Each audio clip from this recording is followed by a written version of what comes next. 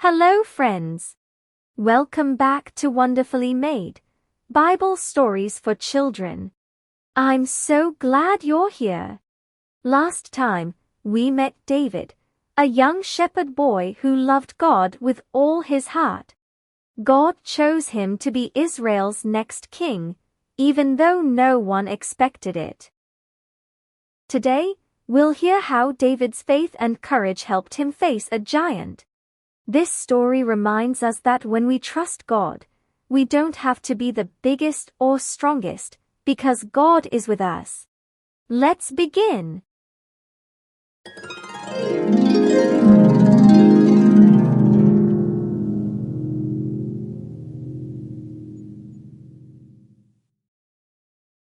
The Israelites were at war again, this time with the Philistines. Their armies camped on two hills with a wide valley between them. Every morning, a giant named Goliath stepped out from the Philistine side. He was so tall, over 9 feet, and wore heavy armor that gleamed in the sunlight. His spear was enormous, as thick as a tree trunk. Goliath challenged the Israelites to send one man to fight him. He said that if the Israelite won, the Philistines would become their servants, but if he won, the Israelites would serve the Philistines instead. Day after day, he shouted this challenge, and no one dared to step forward. Even King Saul and his soldiers were afraid. Meanwhile, in Bethlehem, David was still watching his father's sheep.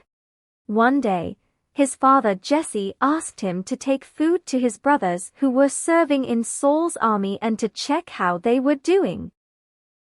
David quickly set out on the journey and reached the battlefield just as the armies were forming their lines. He greeted his brothers, and then heard Goliath's loud, frightening voice.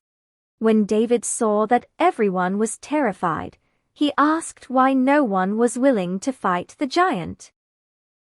Some of the soldiers told him what the king had promised to anyone who could defeat Goliath. But others laughed, saying David was too young to understand.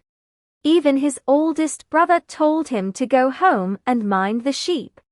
But David explained that he had already faced danger before. He told them about the times when lions and bears had come to attack the flock, and how God had helped him protect the sheep.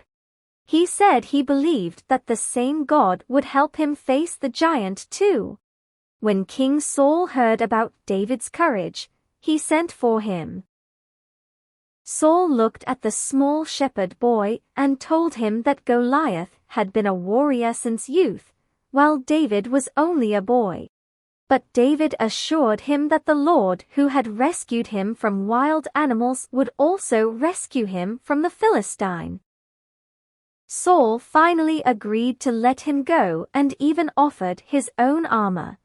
But when David tried it on, it was far too big and heavy.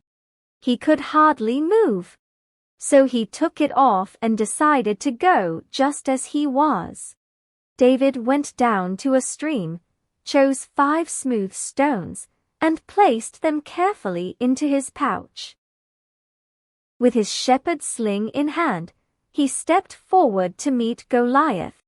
When Goliath saw David coming, he laughed and mocked him, saying it was ridiculous for a boy with a stick to face a mighty warrior. But David told him that while the giant came with sword and spear, he came in the name of the Lord Almighty, and that everyone would soon see that victory belonged to God. David then ran toward the giant, swung his sling, and sent one stone flying through the air. The stone struck Goliath right on the forehead, and the giant fell face down on the ground. The Philistines were shocked, and the Israelites shouted for joy.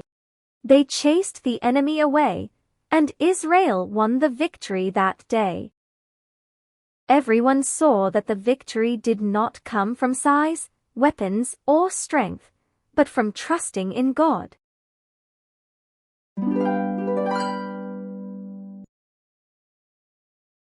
What an incredible story! David wasn't the biggest or strongest, but he trusted God completely.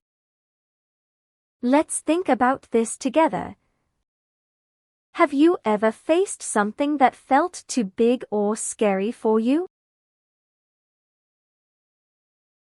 What can you do when you feel afraid? David remembered how God had helped him before, and that gave him courage to trust again. Remember, God is always bigger than our fears. He can use even small and ordinary people to do great things when they trust Him. Thank you for joining me today to hear how David faced the giant Goliath with courage and faith. Next time, we'll see what happens when King Saul becomes jealous of David. How will David respond when someone tries to harm him? You'll find out in our next episode. Until then, remember, you are wonderfully made. Bye for now.